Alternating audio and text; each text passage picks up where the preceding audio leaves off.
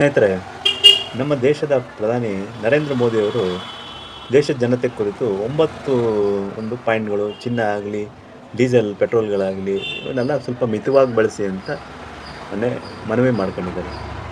ಇದು ಸಾಮಾನ್ಯವಾಗಿ ಒಬ್ಬ ಪ್ರಧಾನಿ ದೇಶ ಜನತೆಗೆ ಇಂಥ ಒಂದು ಸಂದರ್ಭದಲ್ಲಿ ಹೇಳೋಂಥದ್ದು ಸರ್ವೇ ಸಾಮಾನ್ಯ. ಅದನ್ನು ಪಾಲಿಸಬೇಕಾಗತ್ತೆ. ಅವರು ಮಾಡ್ತಾರೆ. ಜನನೂ ಸ್ವಲ್ಪ ಆದಷ್ಟು ಮಾಡೋದು ಒಳ್ಳೆಯದು. ಅದು ಎಲ್ಲ ಟೈಮಲ್ಲೂ ಒಳ್ಳೆಯದು ದೇಶಕ್ಕೆ.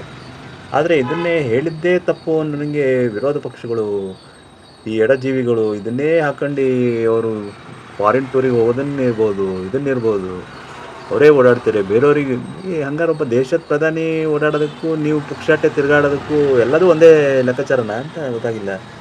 ಇಲ್ಲ ನೀವೇನಾದ್ರು ರಾಹುಲ್ ಗಾಂಧಿಗೆ ಈ ಥರ ಇಂಡೈರೆಕ್ಟಾಗಿ ಹೇಳ್ಯಾರೆ ಅಂತ ಅನ್ಕೊಂಡು ನೀವು ಕಾಂಗ್ರೆಸ್ಸವ್ರು ಇದು ಮಾಡ್ತೀರಾ, ಏನೋ ಗೊತ್ತಾಗ್ತಿಲ್ಲ. ಇದು ಒಬ್ಬ ಪ್ರಧಾನಿ ಜನ ಕೇಳ್ಯಾರೆ, ಜನ ಪ್ರಧಾನಿನ ಮಾಡಿ ಗೆಲ್ಲಿಸಿದ ಮೇಲೆ ಅದನ್ನು ಕೇಳೋರು ಬಿಡೋದು, ಅದರಲ್ಲಿ ಎಷ್ಟು ಜನ ಕೇಳ್ತಾರೆ, ಕೇಳಲ್ಲ, ಮಾಡ್ತಾರೆ.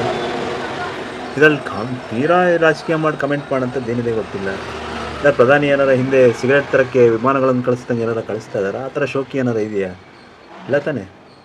ಇಲ್ಲ ಅಂದಮೇಲೆ ಯಾಕೆ ಇಷ್ಟು ಅದನ್ನೇ ಒತ್ತು ಕೊಟ್ಟು ವಿರೋಧ ಮಾಡುವಂಥದ್ದು, ಎಲ್ಲದಕ್ಕೂ ವಿರೋಧ ಮಾಡೋಂಥದ್ದು ಏನು ಕಾಣಿಸ್ತಾ ಇಲ್ಲ. ದೇಶ ಆಗಲಿ, ಮನೆ ಆಗಲಿ, ಕುಟುಂಬ, ಕೆಲವೊಂದು ಅನಗತ್ಯ ಖರ್ಚುಗಳು ಬೇಡ ಅಂತ ಹೇಳೋ ಹಕ್ಕು ಅವರಿಗೂ ಇರುತ್ತೆ. ಕುಟುಂಬ ಸದಸ್ಯ ಅದನ್ನು ಪಾಲಿಸೋದು ಕರ್ತವ್ಯನೂ ಮನೆಯವರಿಗೂ ಆಗುತ್ತೆ, ದೇಶದ ಪ್ರಜೆಗಳಿಗೂ ಇರುತ್ತೆ.